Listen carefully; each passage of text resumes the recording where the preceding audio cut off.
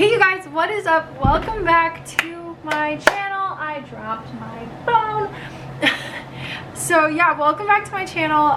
Today I am doing a Q&A for you guys. I put a poll up on Instagram a few days ago, or like the question thing, asking if any of y'all have any questions you want me to answer on my YouTube channel to ask away, and I got a lot more than I expected, so I'm going to answer all of those questions right now for you guys. But before I get on with this video, holy ever living crap, guys, we hit 500 subscribers. I am so freaking excited and so happy. I've been doing this channel for a bit over a year now, and the fact that I hit 500 subscribers is such a big deal for me. So thank you guys so much for subscribing and for being a part of this journey. It means the absolute world to me. I have wanted to do YouTube since I was 8 or 9 years old, and the fact that now I'm like able to do it, my platform is starting to grow, is super exciting. So thank you guys so much for subscribing, and if you haven't subscribed yet, hit the subscribe button, and if you're feeling extra ballsy, hit the notification bell right next to it so you're notified every time I post a new video. I post new videos every single Tuesday, even though the last few weeks I've been not doing super well because quarantine has been hitting me hard. But yeah, if you're not new here, hi, welcome back. Thank you so much for coming back and watching another one of my videos, and without further ado, let's get on with this Q&A.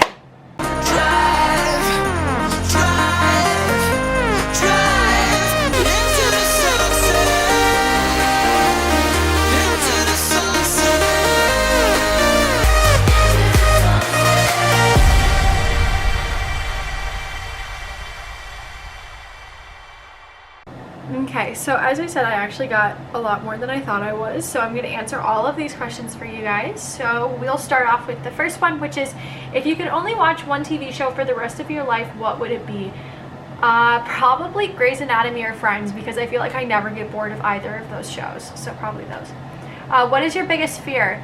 I think that I have a lot of like huge fears. I think that I have a very irrational fear of clowns and bugs. I don't know why I'm so terrified of them, but especially like bigger bugs like cicadas. Like I hate big bugs, and I don't know why. Like I wish that I wasn't.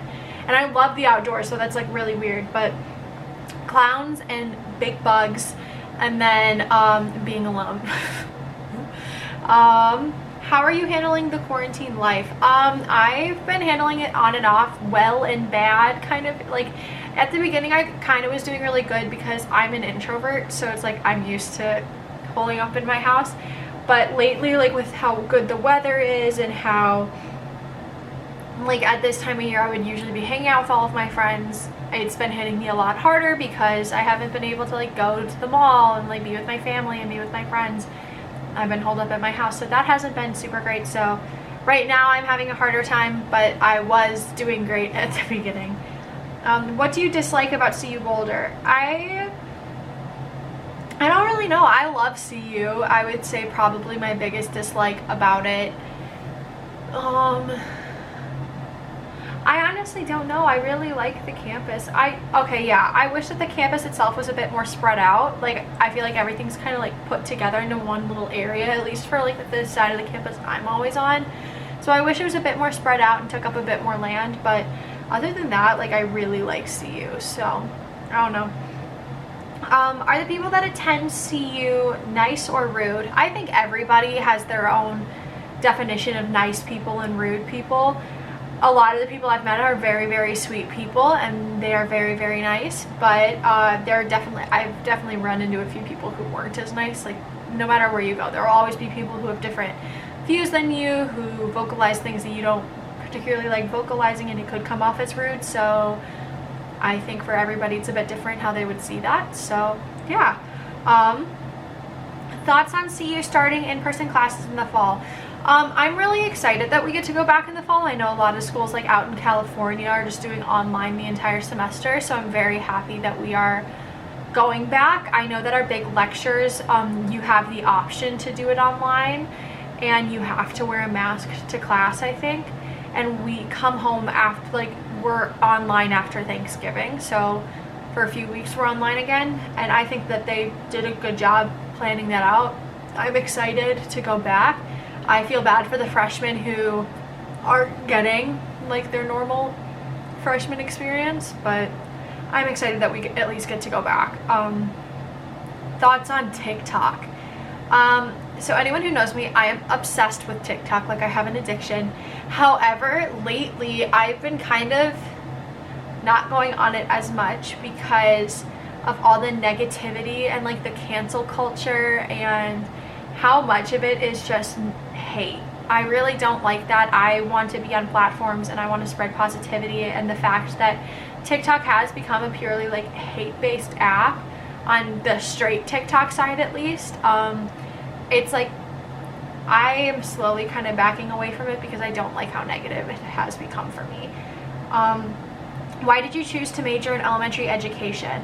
I think all throughout high school, like, I took a lot of education classes, like, for elementary ed, and I really enjoyed them all. I've always been very good with kids, and I kind of just thought that that would be the best career path for me because I love being around kids. I love the idea of teaching. I've wanted to do it since I was a little kid, so it's like for me it was kind of an easy choice to choose to major in that. So I don't really know why. Like, I want to be able to make an impact in people's lives, and I think doing it at such an impressionable age is a good idea. A lot of teachers like looked at me growing up like I was stupid because I had a reading like disability, like a reading comprehension disability, and they kind of looked at me like I was stupid and kind of like threw me to the side. And I want to be able to help kids who are going through similar situations to me through that, because my teachers kind of just like threw me into a special ed class and were like, okay, we don't have to deal with you anymore. And I want to be able to try and help kids and realize that it is okay if you are dealing with a disability like dyslexia. So yeah. What's the hardest part about a long distance relationship? For me, it's definitely the lack of physical touch, because my number one love language is physical touch. I'm a very touchy-feely person, and not being able to like hug my boyfriend and touch my boyfriend is super difficult. So that for me is definitely the hardest part of long distance. My boyfriend's number one love language is quality time, so it's also hard on him because we don't get to really spend a lot of time together.